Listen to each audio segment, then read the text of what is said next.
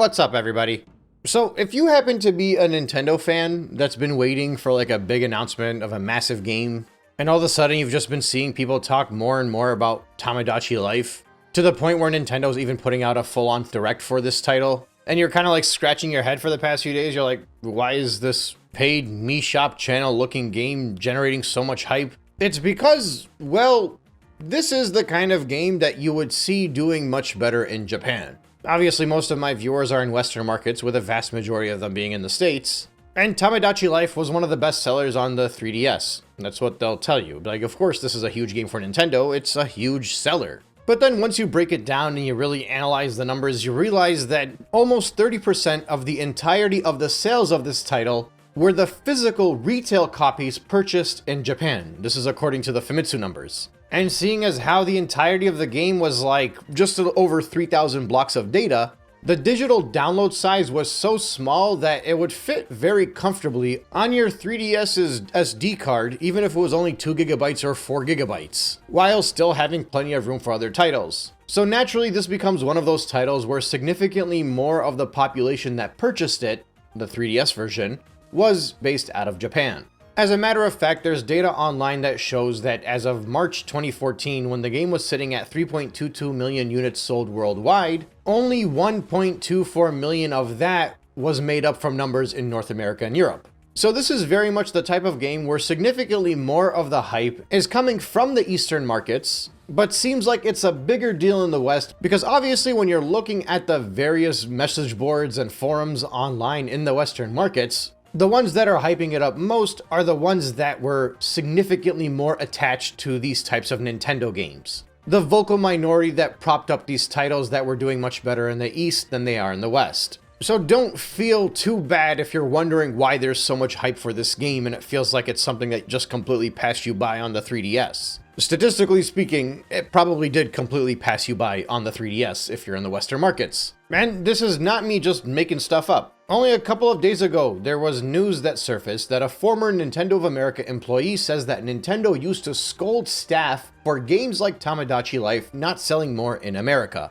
And I think this is a very valuable thing to keep in the back of your mind, because I'm seeing a lot of people make comments about how like they don't understand what the hype is for this game and who's buying it. And normally they're immediately shut down because somebody comes in and comments and be like, this is one of the best selling games on the 3DS. Are you crazy? It's not my fault. This is not appealing to you. But again, it's one of those things where if you look into the numbers and you actually break things down, you realize that it is a very good selling game for the 3DS, and it's selling significantly better in the Eastern markets, where in the Western markets, there was kind of just like a one-off kind of popular for the most passionate of the fandom only.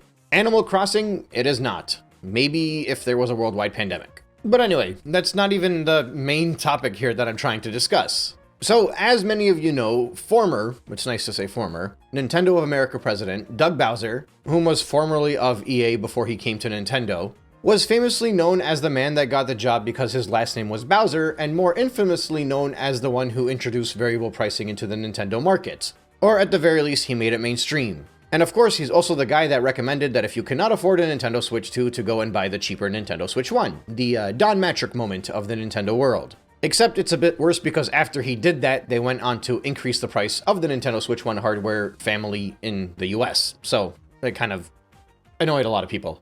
But anyway, there was a huge discussion around the time of the statement that we could start to expect games to be cheaper on the Nintendo Switch. Now, this discussion was not coming from Nintendo. This discussion was not even coming from people like me, because most of us, we are seeing exactly what we expected. This was a combination of coping, shifting goalposts, using any kind of counter-argument even if they don't believe in it, the typical stuff that's been done by the Switch 2 White Knights for the past 8 months.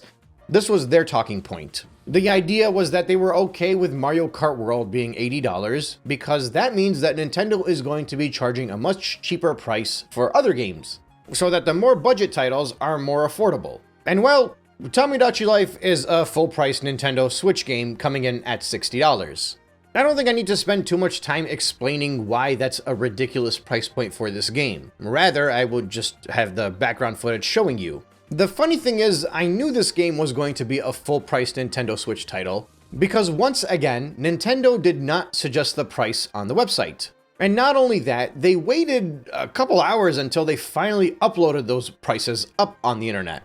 They waited for people to react to the Direct. They waited for people to say that the game was going to be available in April, I think. Was it March? I honestly don't care that much. But they waited for a few different headlines to pass so people can absorb as much of the news as they can before then turning around and putting the price up on the website. It's the typical Nintendo approach to things whenever it comes to numbers, especially when they know that they're ripping off their customer base. Now the issue is we are now living in a Nintendo where I exist, and that means the first thing I was looking for as soon as this Direct finished was to see how much this game would cost. Because if they thought that Pokopia was going to be $70, then Tomodachi Life was definitely going to be a full-price Nintendo Switch 1 game. I also think it's really funny that there's no Switch 2 enhancements for this title. There's no Switch 2 edition, which is very interesting because back in September, everybody was so passionate about the fact that Furukawa said they were shifting their focus over towards the Nintendo Switch 2 family of consoles, and they were leaving the Switch 1 behind. And Nintendo was wrong for thinking that they were going to stick around with the Switch 1 for another few years, and that the Switch 2 was nothing more than a Switch Pro. Meanwhile, now we're in 2026, and Nintendo is delivering 30-minute long directs for a Nintendo Switch 1 title that sold very well in Japan, and it's going to sell very well in Japan, and they didn't even mention a thing about the Nintendo Switch 2 in the entirety of this 20-plus minute long direct. So clearly, Nintendo is not going to be moving on from the Switch 1 anytime soon. But I mean, most of you did not need me to tell you that. You're seeing all of the Switch 2 games. They're just Switch 1 games. That's it. They're doing the same thing over again. Some of them don't even get better frame rates, just a slight bump up in resolution. But anyway, so we have an issue. Back during the Switch 1 days, Nintendo got away with overcharging for a lot of these titles, and there was not enough of a backlash to it, and obviously, that spiral led to what we saw in the past year with Nintendo being ultra mega super duper greedy, with abhorrent prices for pretty much every single thing across the board. And well, I don't want to make the same mistake because who knows where it's going to be looking like for the Switch 3 at this rate. This is a game that's not that much of an improvement compared to what was released on the 3DS. It's the kind of game where when we saw that there was going to be a hybrid console and it was going to combine both the 3DS type of games with the Wii U type of games onto the single system, we expected that we would be getting the similar prices to those 3DS consoles, to those handheld prices on the Switch, but we only got Wii U style prices. Everything was at $60. But still, this game comes in this market with this type of game console for the Switch 1, need I remind you, and it's $60. That's the same price as Metroid Prime. That's the same price as every other Nintendo Switch title because they don't charge you a lower price for games, even if they're old and outdated, quite frankly. And it stings even more because the previous title, Tomodachi Life, also ended up being a Nintendo Selects at some point, so it was even cheaper. And looking at this title, it doesn't exactly look like this is a massive jump into the next generation. Actually, based off of what I'm hearing about the online limitations, it seems like this might actually be a step down with the version that was available on the Nintendo 3DS. And yet somehow with a serious face, people are supposed to completely accept that this game that you're seeing on the screen in front of you is a $60 value.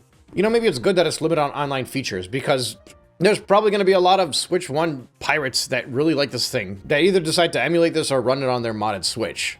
Because there has to be some Tomodachi Life fans that were waiting for this game and excited for it, then they just noticed they're paying $60 for that, and they think that Nintendo's being absolutely insane with the pricing of this title. Because they are. There's no sugarcoating it. In what world is Tomodachi Life worth $60? This is a mobile game. There are probably games on your app store that you can download for free, or for $2 even, that are more in-depth than this game that you're seeing in front of you on the screen. Genuinely, I believe the only reason there's no backlash about the price of this game is because there are not actually that many people that care about this game that much. Like, I doubt there are actually going to be that many people clicking on my video who are like 100% waiting for Tomodachi Life and dying for this game to come out.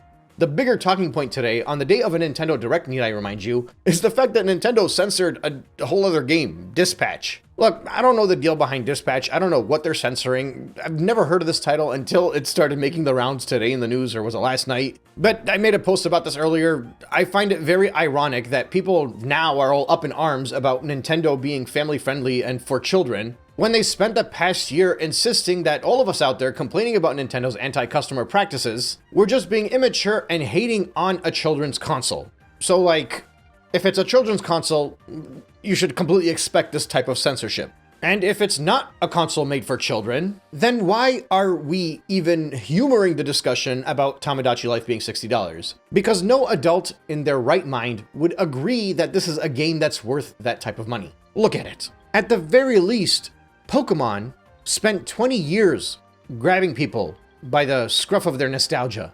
So when they release their slop and their significantly overpriced titles, there's a little child deep down inside every buyer that just remembers the first Bulbasaur that they saw. But for Tomodachi Life, this is what, the second game or third game in a series? And Nintendo's coming out and with a straight face pricing it at $60? Like, again, Link's Awakening, that's a Zelda game, right? That was charged $60. It was probably too expensive, but it's a Zelda title. Dude, this is a game for the Japanese market. It has Japanese market written all over it. And it's once again going to succeed in the Japanese market. But if they wanted this to succeed in the Western markets, that $60 price tag is gonna be putting a lot of people off. And this would have been the perfect chance for Nintendo to come out and be like, yeah, hey, remember that variable pricing we talked about for, some specific games? This one's gonna be $40. Hey, maybe you'll buy in. But of course, they're not going to do that because they're just trying to milk whatever they can out of the people that are going to buy it. And there are going to be people that buy it. That's just a reality. But I genuinely question, because their plan was to get this game to do better in America. I genuinely wonder how well that's going to go. When you tell people this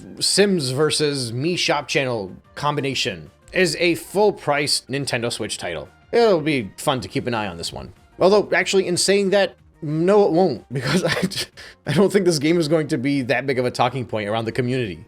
Yeah, it's a first-party title, but it's not Metroid, Prime 4, or Kirby. And those games probably are going to outperform this one, in the West at least. And even those struggled in the Western markets. So I guess we'll see. In any case, I just thought it would be good to talk about the price of this title because I knew it was going to be a full-price title, and I just definitely do not think it's worth that, and somebody should say something about it. So, thank you so much for listening to me blabber on about it, and I will catch you on the next one.